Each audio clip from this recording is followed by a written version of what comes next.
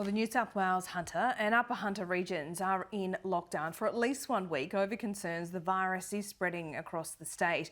Authorities confirmed 5 new cases in the Newcastle region after high traces of COVID fragments were in the sewage system. Joining me live now is a member for Lake Macquarie, Greg Piper. Greg, thanks so much for your time.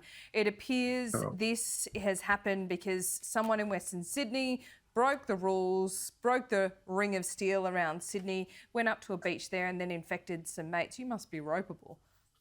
I think the entire community is very angry about this, Laura, and there's actually 2 areas of infection. So we actually had a group from the Central Coast, which was a family of three children, I should say. One who went to Morisset High, which is in my electorate of Lake Macquarie, and the other 2 at Munmora Public School. And then we have that other group that you're referring to. And while I understand the health authorities are very pleased that they have fessed up to what happened, people up here are very, very angry that this could happen in the first place.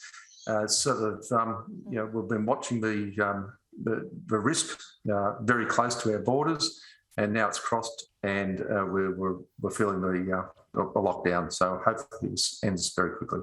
Yeah, Greg, your neighbours on the Central Coast have been complaining somewhat, saying that they should be exempt from the lockdowns seen in Greater Sydney because there's been no cases there. Now, you're north of the Central Coast. Is this what we've seen here, perhaps a reason why that ring, that greater ring right around Greater Sydney, needs to be living under the same rules?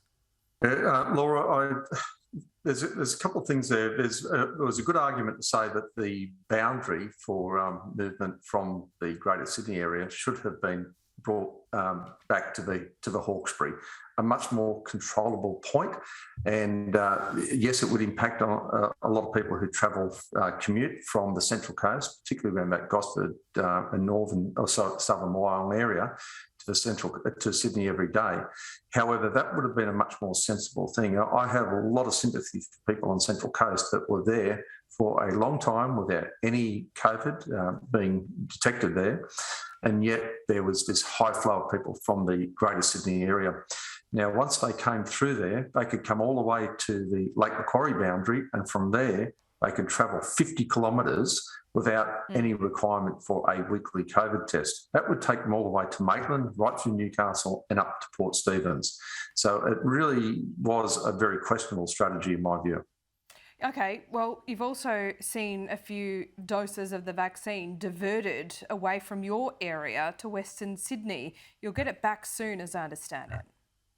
Well, that was an excellent announcement yesterday afternoon that the Prime Minister has ensured that there'll be additional Pfizer coming back to New South Wales. That allows those Pfizers that have been redirected from rural and regional New South Wales to Sydney to actually be returned. Now, of course, we did have some 5,500 vaccines taken from the Newcastle hub at Belmont, and people who were on the list for vaccinations, they actually had them scheduled, they had appointments made, and they were in the 1A, 1B categories. They were vulnerable people. They just had them lost, and yet we were being told that won't happen. So that was, once again, another fiasco. I know it's complicated, but it's really undermined a lot of people's confidence in the rollout of the vaccine. Absolutely. And unfortunately, the government's taken a blow. Well, Greg, just before I let you go, even before this, how difficult was it to get a vaccine? Well, as people know, it wasn't particularly difficult to get AstraZeneca, and I'm a big supporter of AstraZeneca, but there are those groups who, for whatever reason, they either required it to be Pfizer or preferred it to be Pfizer, and it was quite difficult to do. But the new Belmont hub, the Newcastle hub, was really the answer to that. So it was going to be rolling out 20,000 vaccinations a week, I believe, something like that. And that was going to resolve it. All of a sudden, that was pulled from us, and that was, as I say, it was completely contrary to the rhetoric that we're hearing from the government and from the Premier, that she wants us to get vaccinated, and all these people had their scheduled vaccinations pulled from them. Yeah, that's frustrating indeed. Well, you are getting those back. Greg Piper, thanks. We are getting them back. That's a great thing, and I appreciate that. Thanks so much for your time. Good luck and welcome to the lockdown. Thank you very much, Laura.